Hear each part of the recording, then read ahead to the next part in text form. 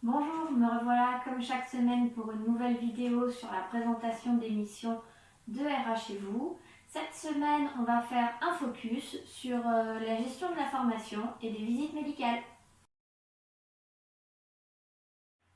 La gestion de la formation, c'est un thème assez vaste. Donc, dans un premier temps, j'entends l'accompagnement dans la réalisation de votre plan de développement des compétences, donc avec la recherche des organismes de formation, mais aussi des budgets.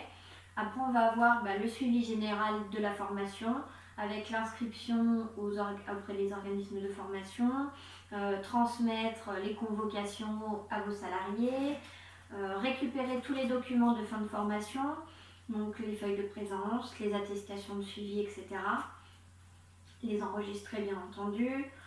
Tout ce qui va être gestion des habilitations obligatoires. Par exemple, on va voir l'habilitation électrique, les travaux en hauteur, mais aussi les CACES. Ce qui est lié avec ces formations obligatoires, ça va être les autorisations de conduite interne. Donc voilà, avec la rédaction de celle-ci. Ensuite, on va avoir tout le lien avec l'OPCO. Donc déposer et suivre les demandes de prise en charge sur le site de votre OPCO. Et à l'issue, je peux vous proposer un tableur de suivi des formations réalisées, donc avec les salariés formés, les formations, le nombre d'heures, les coûts annexes, restaurants, hôtels, etc., déplacements. Et à l'issue de ça, justement, ça va vous aider par la suite à rédiger votre plan de développement des compétences. La gestion des visites médicales, donc dans un premier temps, dès que vous embaucherez votre premier salarié, ça va être tout simplement l'inscription au SPST, Service de prévention et de santé au travail, l'enregistrement de tous vos collaborateurs sur ce site internet. Après, on va voir tout ce qui est programmation des visites.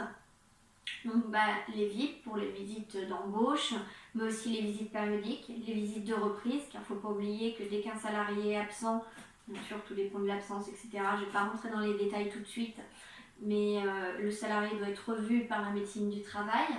Donc je m'occupe de programmer les rendez-vous en adéquation avec votre planning, de transmettre les convocations à vos salariés, mais aussi de m'assurer de la présentation, gérer les non-présentations, récupérer les attestations de suivi, suivre les éventuelles restrictions que le médecin du travail pourrait émettre. Et donc dans cette thématique, on va aussi avoir tout ce qui est pointage des factures et puis donc la réalisation de la déclaration des effectifs annuels.